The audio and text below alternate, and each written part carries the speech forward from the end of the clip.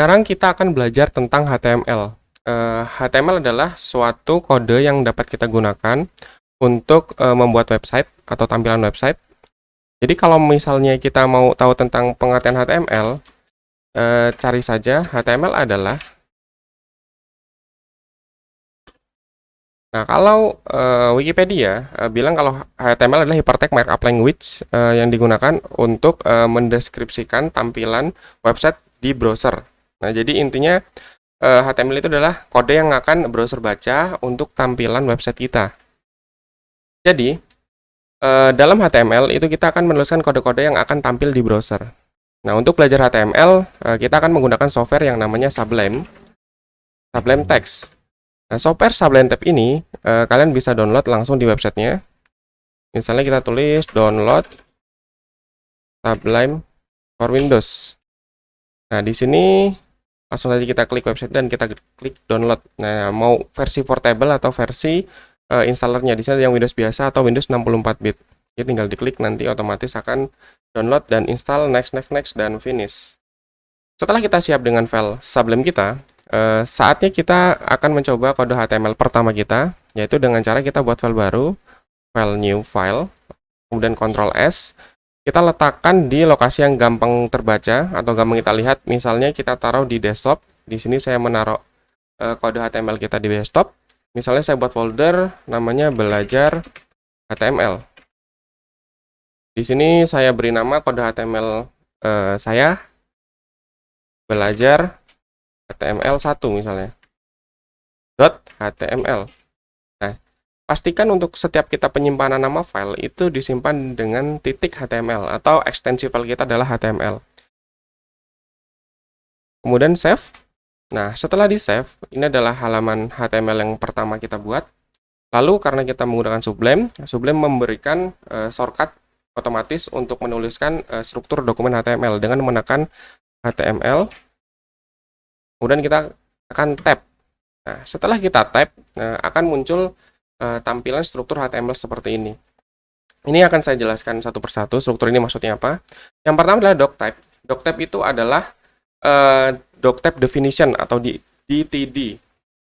Adalah tag yang digunakan untuk menjelaskan versi HTML dan harus ditulis sebelum tag HTML ini. Nah, maksudnya menjelaskan versi HTML, jadi HTML itu yang kita gunakan itu banyak versi.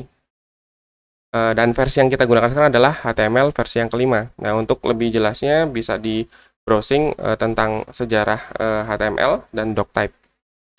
Selanjutnya untuk kode HTML ini.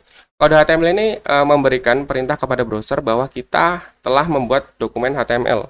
Jadi, dengan tag HTML ini, browser akan membaca, oh ini adalah dokumen dengan kode HTML. Kemudian ada head.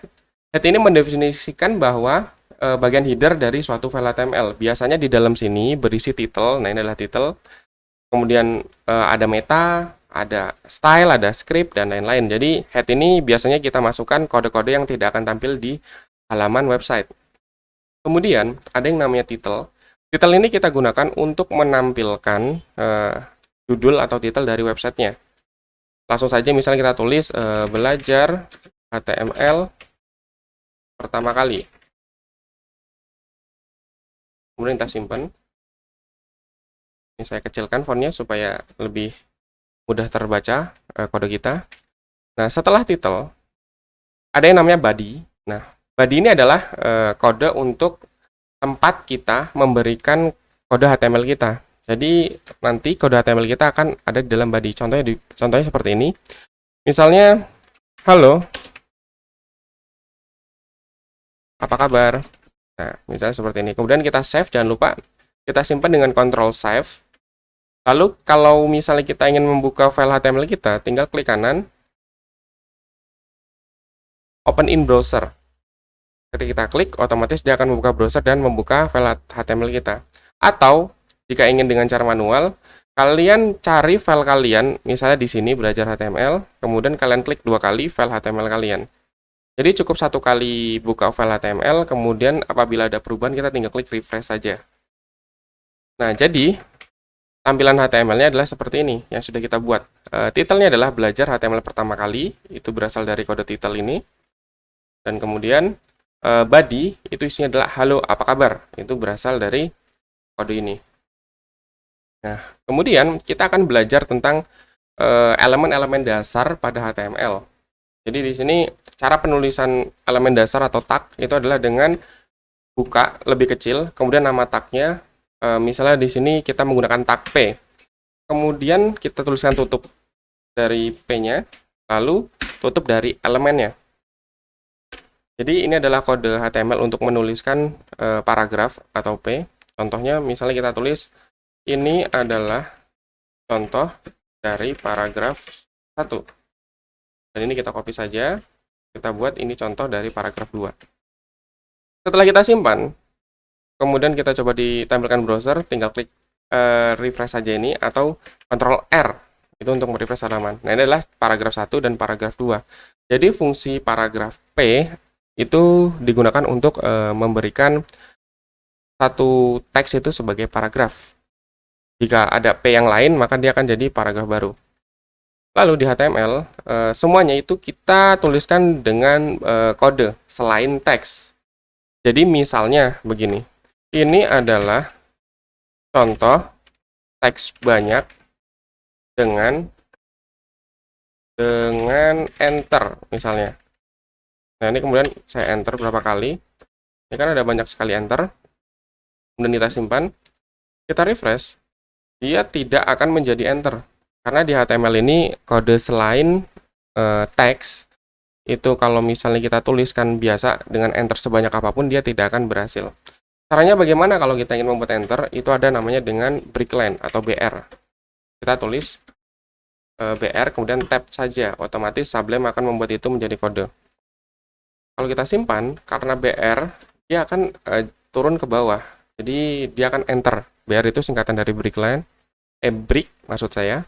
Dari break, jadi ketika dia tuliskan kode BR, otomatis dia akan enter.